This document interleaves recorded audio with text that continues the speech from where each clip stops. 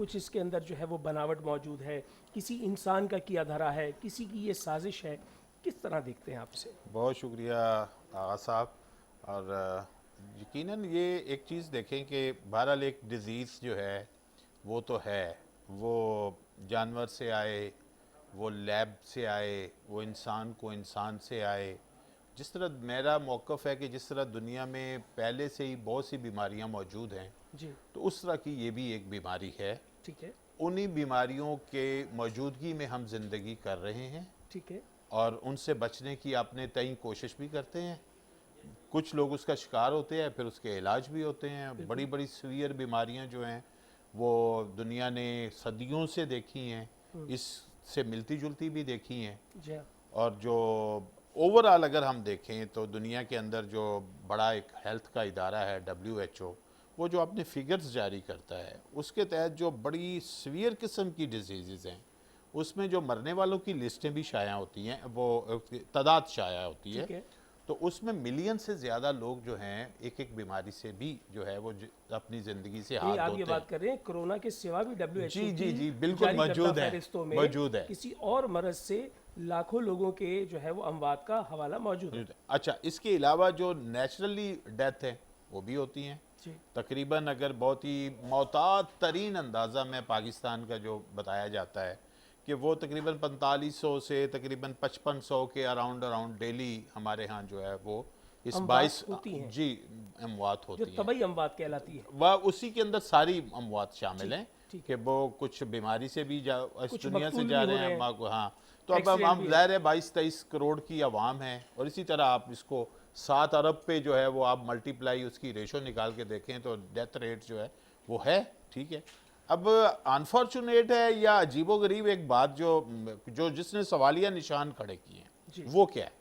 وہ سوالیہ نشان یہ کھڑے کیے ہیں کہ بھائی آپ کو روزانہ پچھلے 3 مہینے سے کرونا کی فگر آ رہی ہے کہ اتنے لوگ متاثر، اتنے لوگ جو ہیں وہ اس دنیا سے چلے گئے، اور چلو آخر پہ یہ بھی آیا کوئی مہینے 1.5 مہینے کے بعد کہ لوگ جو ہیں صحت یاب بھی ہونے شروع ہوئے.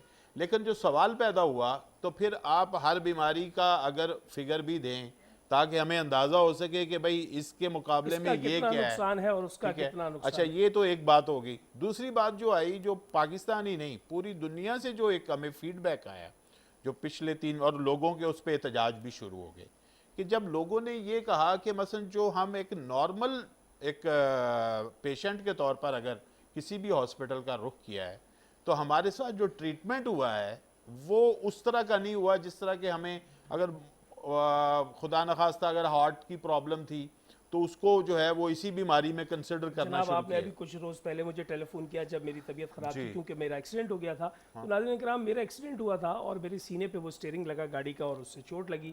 2 دن کے بعد جب مجھے وہ دوبارہ درد اٹھا، پہلے تو ٹریٹمنٹ ہو گیا، تو میں ٹراما سینٹر گیا. اب میں وہاں گیا تو انہوں نے مجھے چیک اپ کیا اور پھر ایک بہت ہی خوفناک قسم کا لباس پہنی ہوئی مخلوق آ گئی جیسے خلائی مخلوق ہوتی ہے، اور اس نے آ کر مجھے کہا کہ آپ کو سانس لینے میں تکلیف ہے؟ تو ظاہر سی بات ہے میرے سینے میں چوٹ لگی تھی. میں نے کہا ہاں مجھے سانس لینے میں تکلیف ہے. تو انہوں نے کہا آپ ہمارے ساتھ آئیے، یہ کرونا کے جو ہے سمٹمز ہیں. اور وہ مجھے لے کے جانے لگے اور میری بیگم اور میرے پھر آپ نے اٹھ کے دوڑ لگا دی ہوگی. دوڑ لگا دی اور وہ کہنے چاہیے آپ آئسولیشن وارڈ میں جائیں گے. اور یہ آپ کی بات بالکل بجائے. ہم آپ سے یہ بھی جاننا چاہیں گے کیونکہ آپ فنکار دوست ہیں، تو فنکاروں کے حوالے سے میں آپ سے ہم ضرور بات کریں گے. مولانا صاحب آپ کو شامل کرتے ہیں گفتگو میں. مولانا صاحب آپ کیا سمجھتے ہیں، کیا اس طرح کی بیماریاں، کوئی ایسی وبا اللہ تعالیٰ کی طرف سے عذاب کی صورت ہوتا ہے، ہمارے اعمال کا نتیجہ ہوتا ہے؟ بالکل یہ بھی کہا جا سکتا ہے، اور اس میں کوئی دو رائے نہیں ہے کہ بعض اوقات ہمارے اعمال کی وجہ سے بھی ہوتے ہیں اور بعض اوقات یہ اللہ کی طرف سے آزمائش کا بھی سبب بنتی ہیں. دونوں چیزیں. ٹھیک ہے. اس پورے واقعے کو ایک دین کے طالب علم ہونے کے ناطے میں 2 طرح سے دیکھتا ہوں، ایک روحانی اور ایک جسمانی. روحانی طور پر میں اس کو اس طریقے سے دیکھتا ہوں کہ ہمیں یہ چاہیے کہ ہم اللہ تعالیٰ سے دعا کریں اور اللہ تعالیٰ کی مدد حاصل کریں اور دعاؤں کے ذریعے سے ہم اس چیز کو دفع کریں.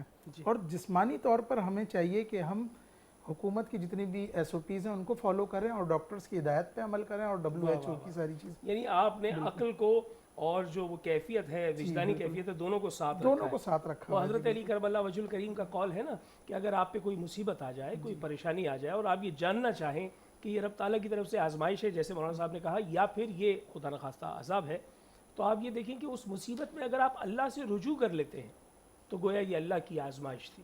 اور اگر آپ خدا کو بھول کر صرف زمینی تقاضے پورے کرتے ہیں تو اس کا معنی ہے کہ یہ عذاب ہے. آپ نے بہت اچھی بات کی. مولانا صاحب آپ کیا کہیں گے کہ اگر ہم توبہ اور استغفار کو پہلے رکھ لیں, جیسے میں بہت سارے علماء کو دیکھ رہا ہوں ٹیلی ویژن پہ بات کر رہے, اس کو پہلے رکھ لیں اور دوا کو بعد میں رکھ لیں, یہ دعا اور دوا کی ترتیب کیا ہونی چاہیے؟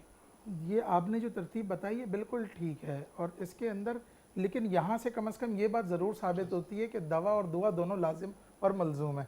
ٹھیک ہے. پہلے چونکہ ہم بحیثیت مسلمان ہونے کے پہلے ہم رب سے مدد چاہیں گے, کیونکہ یہ روحانی چیز ہے. جب تک اللہ تعالیٰ کی مدد ہمیں حاصل نہیں ہوگی تو ہم اسبابی طور پر جو ہیں بالکل ناکارہ ہیں. کیا بات, کیا بات. پہلے ہم اللہ تعالیٰ کی مدد کو حاصل کریں گے اور پھر اسباب کے درجے میں کوششوں کو کیا اچھی بات ہے. میں آپ کی موجودگی میں فائدہ اٹھاتے ہوئے ایک جملہ کہہ رہا ہوں. ہر چند کی یہ بات کہنے سے پہلے میں خوفزدہ بھی رہتا ہوں کہ کسی کو بری نہ لگ جائے, تو میں پیشگی معذرت چاہتا ہوں. عمومی طور پہ اگر آپ کے گھر میں 2 یا 3 بچے ہیں تو اگر کوئی بچہ اسکول میں ذرا پڑھنے میں اتنا لائق نہیں ہے تو آپ اسے مدرسے میں داخل کروا دیتے ہیں. اور اسی طریقے سے پھر آپ ایک اور کام یہ کرتے ہیں کہ جب آپ اپنی طرف سے پوری کوشش کر لیتے ہیں کسی مسئلے کے حل کی, تو آخر میں کہتے ہیں آئیے مصلی بچھاتے ہیں, دعا کرتے ہیں. مولانا صاحب نے آج ہمیں یہ بتایا ہے کہ دعا سے آغاز کرنا ہے, پہلے رب تعالیٰ سے رجوع کرنا ہے, پھر اپنے دنیاوی اسباب کو بھی ترک نہیں کرنا ہے. تو چونکہ ہم مشکل کشائی کی بات کر رہے ہیں اور آج ہمارے ساتھ عینی زیدی موجود ہیں, تو ہم چاہیں گے عینی زیدی کوئی ایسا کلام جو حضرت علی المرتضیٰ کرم اللہ وجہ الکریم کی شان میں ہو, ہم اپنی سماعت ساتھ آپ کے شامل کرتے ہیں اور بارگاہ علی ابن ابی طالب. اجازت ہے؟ من کو تو مولا فازا علی المولا, خلوص دل سے علی کا جو نام لیتا ہے وہی تو عطرت خیر الانام لیتا ہے. خدا کے بندوں سنو غور سے خدا کی قسم, خدا کے بندوں سنو غور سے خدا کی قسم, علی کا نام تو گرتوں کو تھام لیتا ہے. علی مولا مولا علی مولا ملک تو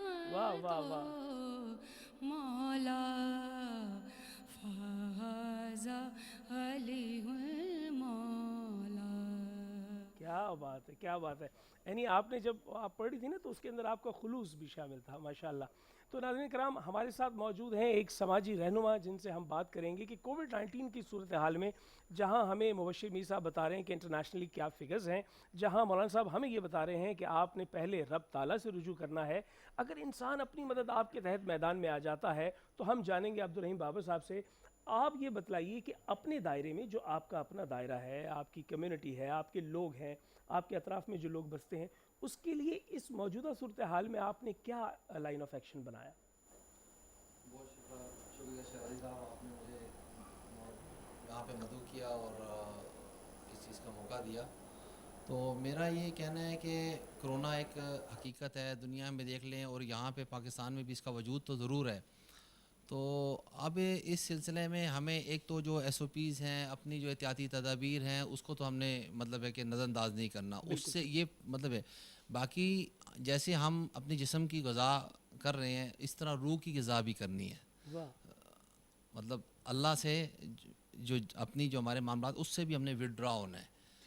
کہیں ہماری مطلب ہمیں نہیں پتہ کہ آزمائش ہے یا یہ عذاب ہے, ٹھیک ہے, مگر ہم نے اپنا پورا احتساب ضرور کرنا ہے کہ یار اگر میری نیت اپنی صفائی کر رہی نا, اس کا مطلب ہے یہ آزمائش ہے, اگر میں نہیں اس قابل بیعش ہو گیا ہوں تو یہ میرا عذاب ہے. واہ واہ. عبدالرحیم بابا صاحب, آپ کی اس بات سے مجھے یہ لگا کہ مبشر میر صاحب, مولانا صاحب, آپ کی تائید چاہوں گا کہ اگر ہم نئے سال کے آغاز پر یہ کہتے ہیں ہمارا ایک نیو ایئر ریزولوشن ہے, ہم سالگرہ مناتے ہیں تو کہتے ہیں اب زندگی کا ایک نیا سال شروع ہو رہا ہے تو ہم نے ایک ریزولوشن بنایا, کیا یہ اچھا ہو کہ کرونا کے ان حالات میں ہم رب تعالیٰ سے ایک نیا ریزولوشن بنائیں کہ اپنی کوتاہیوں کو, اپنی غلطیوں کو, لغزشوں کو ایک طرف رکھ کر پھر اللہ سے رجوع کر لیں؟ آپ کا یہی مقصد ہے؟ بے شک بے شک بے شک. تو میں یہ جاننا چاہوں گا, آپ جو کام کر رہے ہیں اس میں آپ نے کسی کمیونٹی کو جو ہے وہ بنیادی طور پر سامنے رکھا ہوا ہے کہ آپ نے اس کمیونٹی کے لیے کام کرنا ہے, یا یہ جنرل ہے؟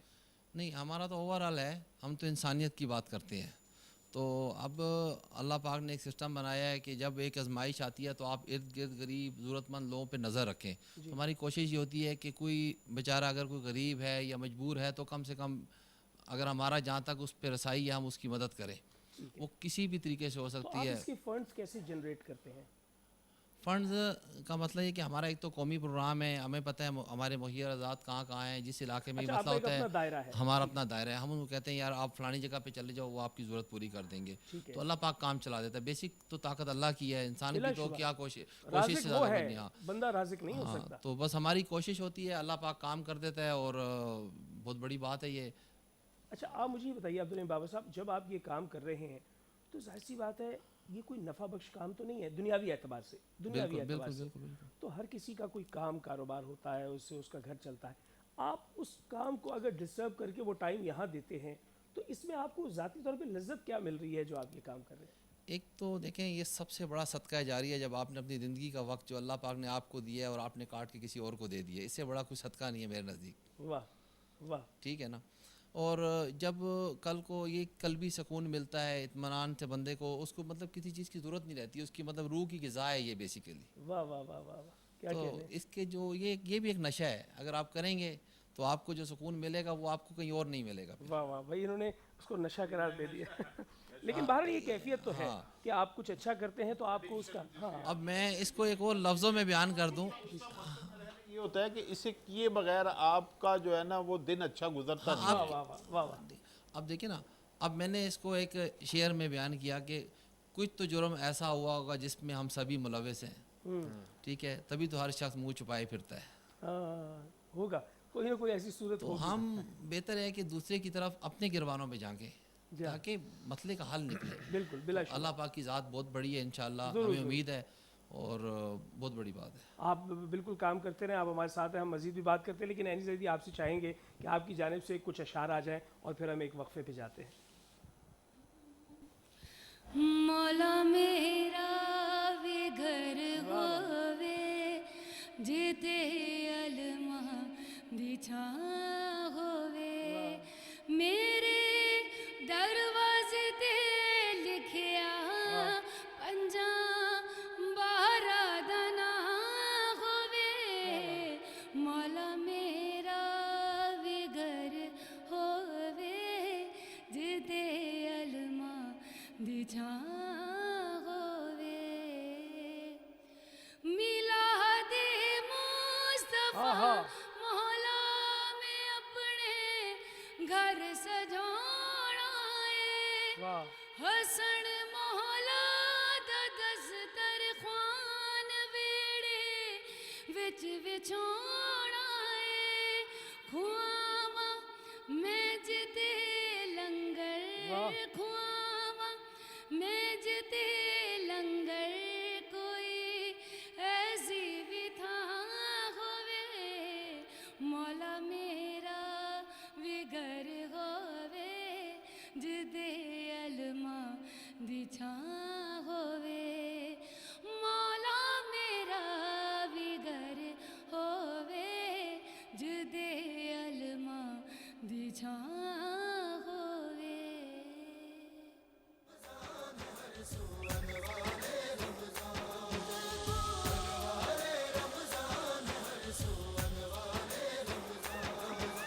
خود کو بچا لے دوزخ سے, تو ہو غافل انسان.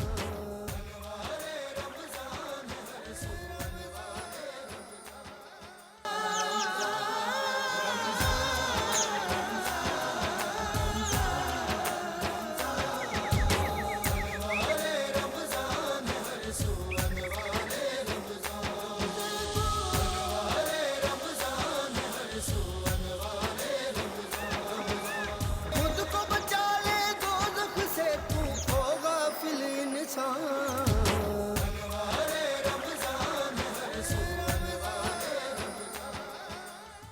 جی, انوار رمضان اور آغا شیرازی آپ کے ساتھ, اور ہم گفتگو کر رہے تھے کووڈ-19 کی موجودہ صورتحال پر.